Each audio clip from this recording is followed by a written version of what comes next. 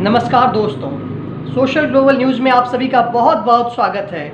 मैं हूं यशराज आनंद। आज मैं आपको कुछ ऐसी भ्रांतियों पर से पर्दा हटाने जा रहा हूं जिससे पूरा देश अचंभित आश्चर्यजनक रूप से सोचने को मजबूर हो जाएगा कि वह किस हद तक आज़ादी के बाद से अभी तक यानी 1947 से 2021 तक सिर्फ और सिर्फ भ्रम में, माया जाल में जी रहे थे।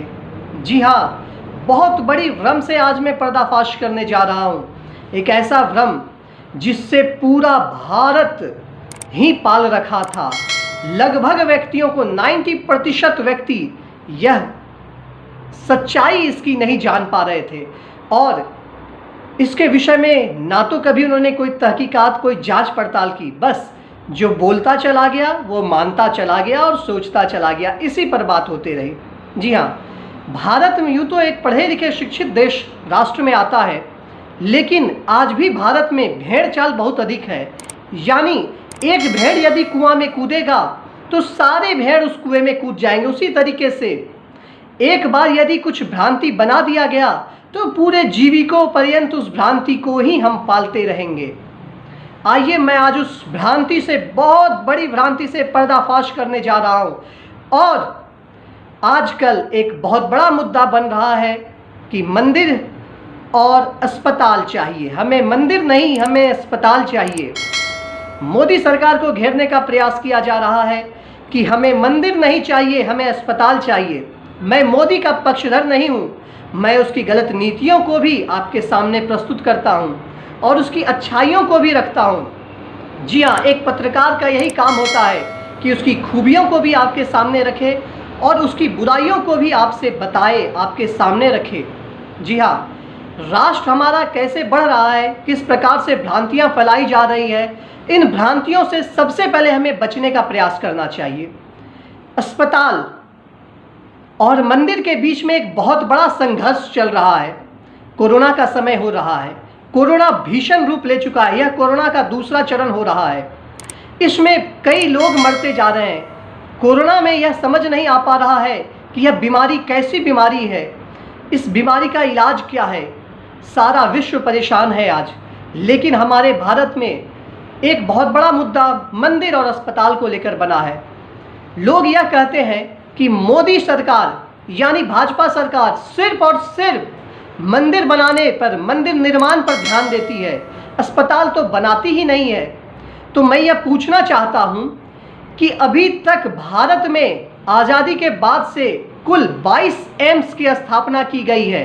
जी हां दोस्तों, फिर से सुन लीजिए, 22 एम्स। उन 22 एम्स में से कितने की स्थापना भाजपा ने की, कितनों की स्थापना कांग्रेस ने की, आज मैं इसका हूबहू सही विश्लेषण आपके सामने प्रस्तुत कर रहा हूं, जो आपको आपकी आंखें फोड़ देगी, जो आपको सोचने पर मजबूर कर देगी कि हम कितने भ्रम जाल में जी रहे हैं। जी हां दोस्तों, हमारे देश में पहला एम्स बना नई दिल्ली में सन 1956 में। उस समय हमारे प्रधानमंत्री पंडित जवाहरलाल नेहरू थे। पंडित जवाहर और हमारी स्वास्थ्य मिनिस्टर राजकुमारी अमृता कौर थी। जब राजकुमारी अमृता कौर ने भारत में स्वास्थ्य स्थिति को देखते हुए, अस्पताल नहीं था इसको देखते हुए, अपने मंत्रिमंडल में यह चर्चा की कि उन्हें एक एम्स जैसे बड़े अस्पताल की आवश्यकता है और इसका निर्माण कराना है, तो उन्होंने अपने प्रधानमंत्री, हमारे देश के प्रधानमंत्री पंडित जवाहरलाल नेहरू के सामने यह प्रस्ताव रखा। उन्होंने कहा कि भारत जैसे देश में एक एम्स की आवश्यकता है। पंडित जवाहरलाल नेहरू का क्या उत्तर मिला आप जानकर आश्चर्यचकित हो जाएंगे। उन्होंने कहा कि अभी एम्स की कोई आवश्यकता नहीं है, अभी हमारे पास उतने पैसे नहीं हैं जो कि मैं एम्स को बनाऊं, एम्स का निर्माण करूं। बताइए, एक प्रधानमंत्री होकर के वह एम्स का निर्माण नहीं करना चाह रहे थे। तब राजकुमारी अमृता कौर, चूंकि वह राजकुमारी थी, उनके पास अकूट संपत्ति थी, उन्होंने अपने शिमला के ज़मीन को, मकान को वहाँ बेचा और कई जगह से चंदे इकट्ठे किए और नई दिल्ली में पहला एम्स 1956 में बनकर तैयार हुआ, जबकि इसकी नींव 1952 में पड़ी। जी हाँ, मैं सारे एम्स, कुल 22 एम्स के विषय में डेटा लेकर आया हूँ कि कौन सा एम्स कब बना, किस ईस्वी में और किसके कार्यकाल में बना। आप जरा गौर से सुनिएगा मेरी बात को नज़रअंदाज ना करें, क्योंकि आज मैं सच्चाई आप लोगों के सामने प्रस्तुत कर रहा हूँ। कितने भ्रमजाल में हम लोग जी रहे थे, इससे पर्दा आज मैं उठाने जा रहा हूँ। जी हाँ, भोपाल में दूसरा एम्स बना, 2003 में इसकी प्रस्तावना रखी गई और उस समय हमारे प्रधानमंत्री अटल बिहारी वाजपेयी थे और स्वास्थ्य मंत्री सुषमा स्वराज थी। जी हाँ, दूसरी महिला हुई जिन्होंने स्वास्थ्य को लेकर दूसरे एम्स की स्थापना की। दूसरे एम्स की स्थापना का प्रपोजल 2003 में अटल बिहारी वाजपेयी की सरकार में रखी गई। तीसरे एम्स की स्थापना 2003 में ही भुवनेश्वर में अटल बिहारी वाजपेयी के द्वारा की गई। चौथे एम्स की स्थापना जोधपुर 2003 में अटल बिहारी वाजपेयी के कार्यकाल में। उसके बाद पटना में 2003 में अटल बिहारी वाजपेयी के कार्यकाल में एम्स की नींव रखी गई। उसके बाद रायपुर में 2003 में अटल बिहारी वाजपेयी के सरकार में ही एम्स की नींव रखी गई। उसके पश्चात ऋषिकेश में 2003 में अटल बिहारी वाजपेयी के ही राजतंत्र में, शासन में एम्स की नींव रखी गई। उसके बाद शासन परिवर्तित हुआ, मनमोहन सिंह की सरकार बनी। मनमोहन सिंह ने रायबरेली में 2013 में एम्स की नींव रखी।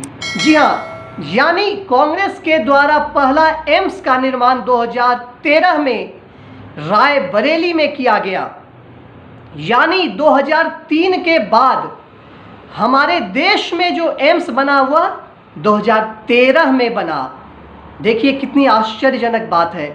उसके बाद 2014 में इलेक्शन हुआ, मोदी सरकार पूर्ण बहुमत से आई। मंगलागिरी में 2014 में मोदी सरकार ने पहली एम्स की नींव रखी।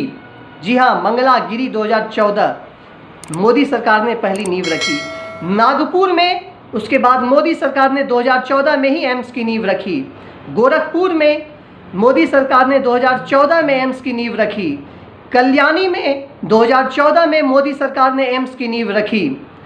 फिर 2015 में भटिंडा में मोदी सरकार ने यानी भाजपा ने एम्स की नींव रखी।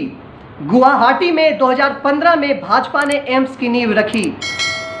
विजयपुर में 2015 में भाजपा यानी मोदी सरकार ने एम्स की नींव रखी। बिलासपुर में 2015 में भाजपा ने एम्स की नींव रखी। मदुरई में 2015 में भाजपा यानी मोदी सरकार ने एम्स की नींव रखी। दरभंगा में मोदी सरकार ने 2015 में ही एम्स की नींव रखी और उसके बाद फिर से 2017 में मोदी सरकार ने देवघर में एम्स की नींव रखी। राजकोट में 2017 में ही एम्स की नींव रखी। बीवी नगर में 2017 में एम्स की नींव रखी। मानेटी में 2019 में मोदी सरकार ने एम्स की नींव रखी। इसमें से कई एम्स अभी निर्माणाधीन है और कई एम्स का अभी तक निर्माण हो रहा है। जी हाँ, यदि मैं आपको बताऊं तो यदि वास्तविक रूप से देखा जाए तो कांग्रेस के शासन काल में मात्र एक एम्स की नींव रखी गई। लोग कहेंगे कि 1952 में भी तो कांग्रेस के ही शासन काल में एम्स की नींव रखी गई थी। बिल्कुल सही बात है। एम्स की नींव 1952 में, पहली एम्स की नींव 1952 में कांग्रेस के ही शासन काल में रखी गई थी, लेकिन उस समय हमारे प्रधानमंत्री पंडित जवाहरलाल नेहरू ने एम्स की स्थापना करने से इनकार कर दिया था। उन्होंने यह तर्क दिया था कि इसके लिए अभी हमारे पास पर्याप्त पैसे नहीं है और इसकी भारत में कोई आवश्यकता नहीं है। अगर देखा जाए तो भाजपा ने अपने पूरे कार्यकाल में 20 एम्स की नींव रखी, यानी 6 एम्स की नींव अटल बिहारी वाजपेयी ने अपने कार्यकाल में रखी और 14 एम्स की नींव मोदी सरकार ने अपने कार्यकाल में रखी। अब मैं वैसे व्यक्तियों से यह पूछना चाहता हूं कि बिना विश्लेषण किए, बिना सच्चाई को जाने हुए वो कैसे किसी के ऊपर आरोप लगा देते हैं, कैसे लोगों को भ्रमित कर देते हैं, क्यों लोगों को भ्रमित करते हैं। यदि आपके पास डेटा नहीं है तो पहले आप डेटा उपलब्ध कीजिए, डेटा की जानकारी लीजिए, देखिए कि कितने एम्स की नींव और किसने रखी, तब आप किसी पर भी विरोध कीजिए। विरोध का मतलब यह नहीं होता है कि हम गलत भी विरोध करें, सही विरोध कीजिए। विरोध करने का एक तरीका होता है, सही विरोध करना चाहिए। ऐसा विरोध सिर्फ और सिर्फ भारत में ही होता है, अदर किसी भी देश में गलत विरोध नहीं किया जाता है। सरकार की उपलब्धियों को हमें गिनाना चाहिए, सरकार की उपलब्धियों को हमें बताना चाहिए, ताकि सरकार का मनोबल और ऊंचा हो, सरकार और काम करने के लिए अग्रसर हो, ना कि हमेशा सरकार के ऊपर सिर्फ और सिर्फ अंगुली ही उठाना चाहिए। जी हाँ, जहाँ पर अंगुली उठाने की बात है वहाँ पर जरूर अंगुली उठाना चाहिए, ताकि सरकार को भी यह समझ में आए कि जनता और विपक्ष के लोग हमें देख रहे हैं, वह हमारी व्यवस्था पर नज़र गड़ाए हुए हैं। लेकिन इसका यह कतई मतलब नहीं है कि हम विरोध में इस तरीके से अंधे हो जाएं कि जाने अनजाने में भूल करते जाएं और देश के लोगों को भ्रमित करते जाएं। जी हाँ, हमें सही जानकारी रखनी चाहिए, क्योंकि सही जानकारी ही हमारा राष्ट्र का बचाव कर सकता है। जी हाँ दोस्तों, इसलिए मैं कहता हूँ भ्रमित ना हो, किसी की जाल में ना फंसें। कभी भाजपा, कांग्रेस, सपा, बसपा, राजद किसी भी पार्टी के पक्ष में ना हुए, किसी भी झंडे के तले ना दबें तो सिर्फ एक चीज के तले दबें, राष्ट्र के तले दबें। राष्ट्र सर्वोपरि कहा भी गया है, हमारे धर्म में और हमारी पुस्तक में यह बात बताई भी गई है कि देश राष्ट्र सबसे ऊपर होता है।